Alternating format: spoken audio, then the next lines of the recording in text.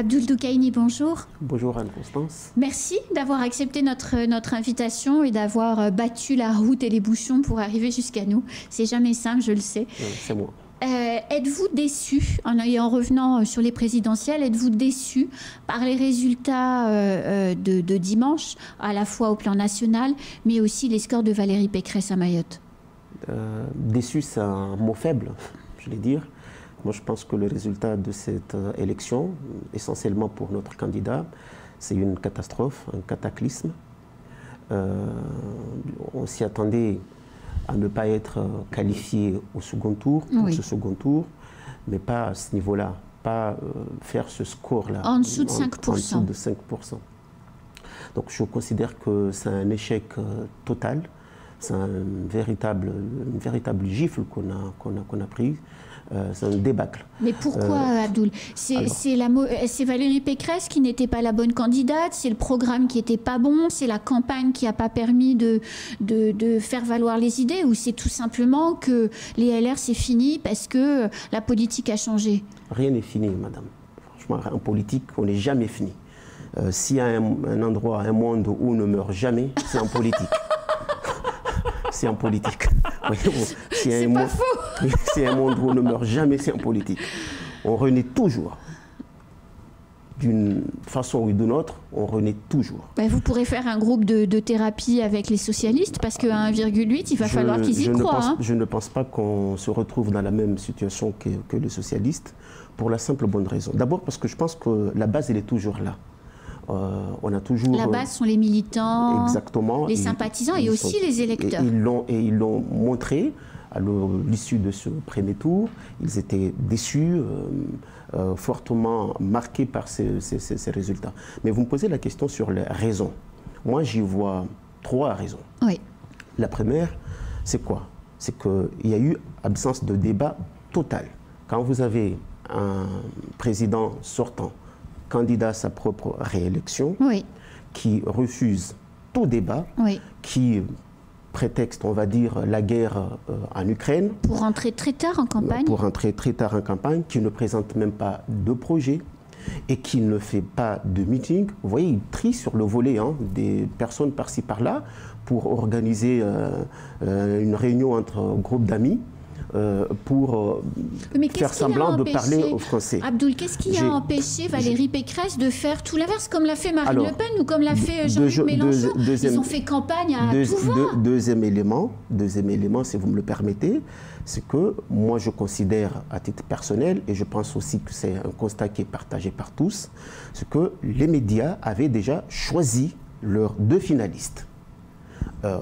Quand vous avez un président qui ne présente ni projet, qui ne fait pas meeting, et qu'on parle, on parle de ce président sortant, matin, midi, soir. C'est normal, c'est le président. C'est normal, c'est le président, mais il n'est plus président, il est candidat. Oui, mais il reste quand même, il reste quand même le président de la République. Je pense qu'on n'est pas... Oui, mais dans ce cas-là, il ne se représente pas. Il finit sa fonction.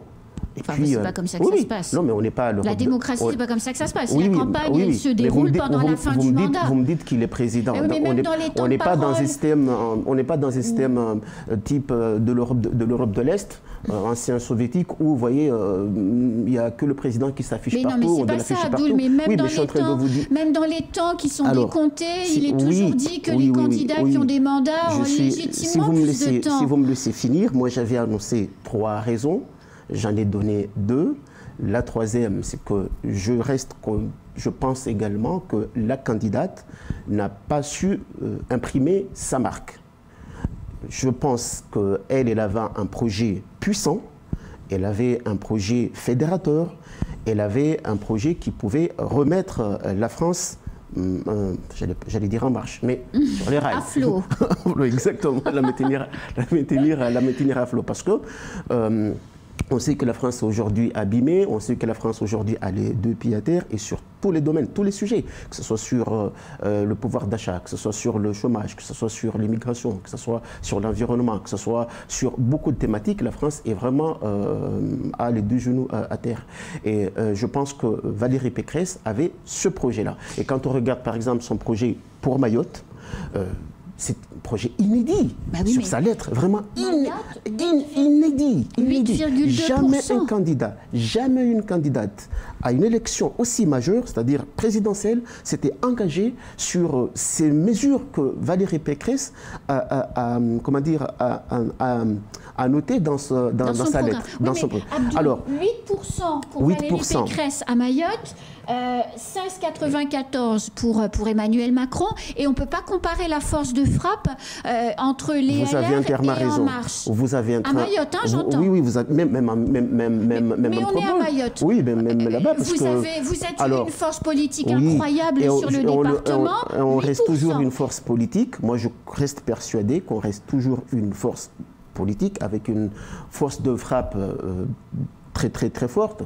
Alors, pourquoi ces résultats? Moi, je pense que les cadres, les militants, le cadre que je suis, que nous sommes, les militants et les élus qui ont bien voulu parrainer Valérie Pécresse, nous ne sommes pas assez mobilisés.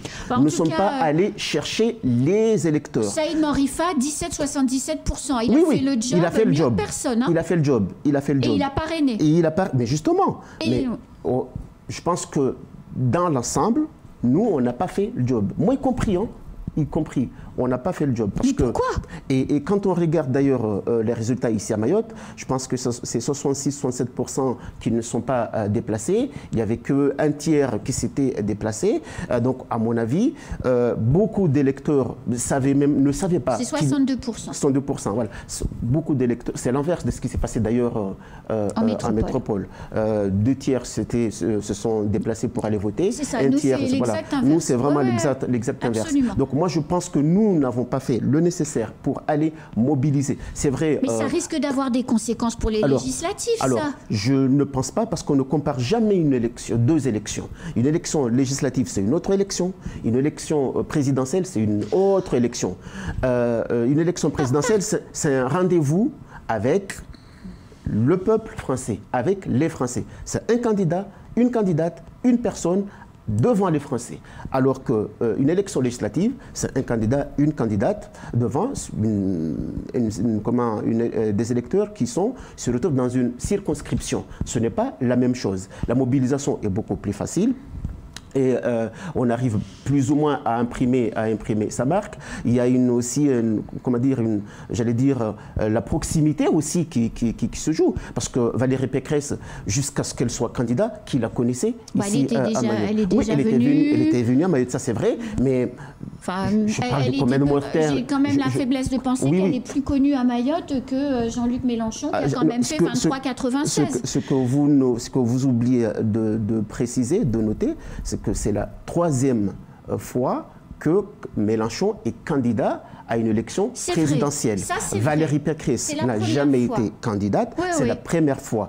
Quand bien même elle était venue à Mayotte, mais c'est une affaire qui concernait une visite qui concernait une présidente de région de l'Île-de-France et le président du conseil départemental pour signer une convention. Même si, et il faut aussi le noter, Valérie Pécresse en tant que ministre, Valérie Pécresse en tant que présidente de région d'Île-de-France, a beaucoup fait pour Mayotte. Mais on n'est pas là pour parler de projet. J'ai une question à vous poser quand même, Abdoul, parce que vous dites, et quelque part, je veux bien vous croire, c'est plus facile de mobiliser pour les législatives, parce qu'effectivement, les enjeux sont locaux et les personnes qui se présentent sont locales. Donc on a envie de faire battre quelqu'un qu'on n'aime pas, ou on a envie de faire gagner une personne qu'on apprécie particulièrement. Je veux bien me laisser convaincre par cet argument.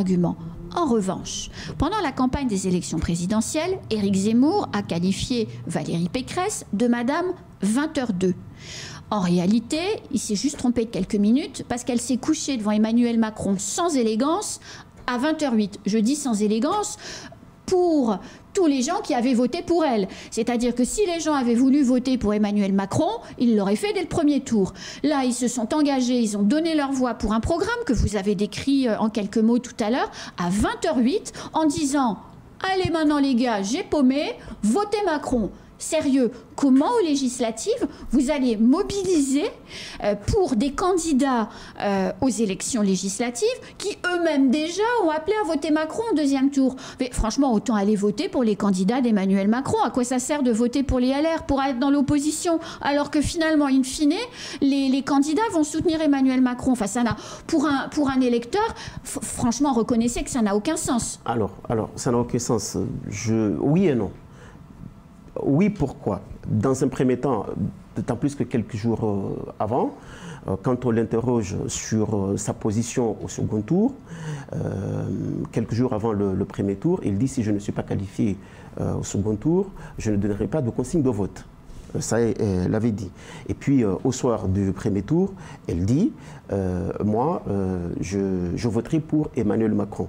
On ne peut pas lui reprocher de faire un choix entre un candidat qui est, je vais dire, républicain, une candidate dont on connaît l'histoire ou l'historique. C'est l'historique de son père, c'est pas elle. Oui, madame. Elle a changé le nom du parti, madame, elle a renouvelé le fils les de équipes. Satan reste Satan. Non, oui, Satan, mais pas sa fille ou son oui, fils. La fille également de Satan reste tout de même la fille. Le fils d'un diable reste toujours le diable. Ça au moins, vous pouvez pas. Cette personne est libre et indépendante. Oui, mais ça on n'est pas dépendant le de fils son d'un père être ou de sa humain, mère. ça reste toujours un être humain. Ça peut pas être un diable, n'est-ce pas? Ce que je suis en train de vous dire. Enfin, c'est pas comparable. Enfin, mais là, en l'occurrence, c'est pas comparable. Marine Le Pen n'a rien à voir avec Satan ou diable. Alors, oui, mais vous pouvez ne pas être d'accord. Vous pouvez ne pas être d'accord. Non, mais c'est la vérité. Enfin, je ne sais pas. C'est votre vérité. C'est votre vérité. Ce n'est pas la mienne. C'est votre vérité. Alors. Visiblement, 66%. Enfin, moi, je résume à 8%. Oui, Pécresse, 42,67 pour Marine Le Pen. C'est qu'il n'y a pas beaucoup de monde qui pense que c'est Satan quand même. Alors, moi, je vais vous dire une chose. J'ai vu Marine Le Pen se déplacer à Mayotte. À plusieurs reprises. Et comme par hasard, à chaque élection, avant chaque élection, elle se déplace. Elle est venue à des périodes où il n'y avait pas de campagne. Elle nous promet moins de merveilles. D'accord? Elle parle souvent de Mayotte à l'Assemblée nationale, en tant qu'élue d'opposition. Parlementaire, oui, bien sûr. Ça, elle le dit dans les commissions, à l'Assemblée nationale, au workshop, elle le dit. Très souvent. Mais moi, je considère que tout ça, c'est trompe-l'œil. Parce que c'est pour se faire une image, là-bas à Métropole, quand on lui dit « vous détestez, vous n'aimez pas, vous haïssez les Noirs, vous haïssez les musulmans, les Arabes, et j'en passe. » En fait, c'est des éléments de langage que vous annoncez, mais qui ne sont pas, qui sont juste vos éléments de langage. Je finis. Mais c'est vos éléments de langage. Elle dit « non, mais regardez-moi quand je me déplace à Mayotte, qu'est-ce qui se passe? Il y a une ferveur telle que je me sens chez moi. Et là-bas, les gens sont noirs, là-bas, les gens sont musulmans. Vous ne pouvez pas me reprocher d'être anti-noir, d'être anti-musulman, alors que là-bas, les gens sont noirs et musulmans. Mais en réalité, c'est quoi? Ça veut dire quoi? Ça veut dire que Mayotte, elle sert de maître comme appât pour attirer le gros poisson là-bas. Ça, c'est la première chose. Deuxième chose, vous aurez remarqué qu'en 2019, elle était venue ici. Elle nous a également promis moins de merveilles. Elle a dit quoi? Si je gagne les élections européennes, alors, en matière de lutte contre l'immigration clandestine, en matière de lutte contre l'insécurité, pour tout ce qui relève du social, etc., j'en passe, elle a dit, je serai avec vous. Mais elle a gagné les élections européennes. Est-ce qu'on l'a entendu au moins une fois parler de Mayotte au Parlement européen? Jamais. Jamais. Et elle a gagné les élections, madame. Je vous dis, elle a gagné les élections. Mais justement, elle se sert de cette position en tant qu'opposant au Parlement. Mais une fois qu'elle sera au pouvoir, je ne pense pas qu'elle pensera à Mayotte. Parce que la preuve en est que là-bas, au Parlement européen, elle a gagné les élections. On n'interroge jamais sur ça. Oui, donc pour moi, c'est un trompe-l'œil. Donc, si vous me dites, le groupe dans lequel elle appartient est dans l'opposition. Donc forcément, c'est difficile. Elle nous a parlé quand elle nous a dit si elle gagne les élections, elle les a gagnées. En France, elle les a gagnées. Elle n'a pas fait la campagne sur tout l'ensemble des pays européens, sur l'UE, mais non, ici à Mayotte. Mais alors, moi je n'aimerais pas qu'on s'attarde sur ce point. Votre point de vue, finalement, ne convainc pas. Parce que si on regarde les résultats à Mayotte et qu'on additionne les scores de Marine Le Pen et les scores de Jean-Luc Mélenchon, on est à 66%. 66% de gens qui pensent que finalement, ils en ont ras-le-bol de la politique qui est mise en œuvre depuis toutes ces années par des partis qui aujourd'hui sont dans les abysses. 4,8 pour les LR, mais 1,8 pour les socialistes. C'est pas brillant non plus. Ne croyez pas que moi, je suis satisfait de la politique menée par Emmanuel Macron, ici à Mayotte. François Hollande et Nicolas Sarkozy avant, parce que tout ça, c'est non, je ne pense pas. Quand vous interrogez... Non, pas du tout. Parce que quand vous interrogez, en réalité, les gens sur le terrain, ils sont nostalgiques de Nicolas Sarkozy. Ah oui, justement, qu'avez-vous pensé du soutien qu'a apporté hier par justement Nicolas Sarkozy au président Macron, sans un mot, pour les LR d'ailleurs, dans son message mis sur les réseaux sociaux. Vous en avez pensé quoi en tant que militant LR, visiblement partisan de Nicolas Sarkozy? Juste pour vous dire que l'avènement de François Hollande et d'Emmanuel Macron a carrément tué le pays, y compris Mayotte, et dans bien de domaines. Y compris Nicolas Sarkozy à Doudou Kaïni. Revenons sur la question, parce que le temps est quasiment terminé. Moi, je pense que le poste de Nicolas Sarkozy sur son soutien à Emmanuel Macron est d'une bassesse sans... je veux dire... je trouve pas le mot. Je pense qu'il a agi en poule mouillée. Je pense qu'il a agi comme un lâche, tout simplement. Parce que je me suis amusé à aller voir les réactions, les commentaires sur les réseaux sociaux. Et j'ai vu comment il a été attaqué, insulté, hué. Comment quelqu'un, je vais dire, qui était respecté. Mais du coup, qui n'a pas voulu prendre position, un message comme celui-là, comment on arrive à convaincre des gens aux législatives? Comment on fait? Comment vous allez faire? Qui n'a pas voulu prendre position au premier tour. Mais c'est fini ça, les premiers tours. Comment vous allez faire pour convaincre aux élections législatives avec 20h08 et avec Sarkozy? Sérieux. Je vous disais tout à l'heure que ces deux élections ne se ressemblent pas. N'ont rien à voir. Mais les électeurs sont les mêmes. Les électeurs sont les mêmes, mais le candidat ou les candidates ne seront pas les mêmes, madame.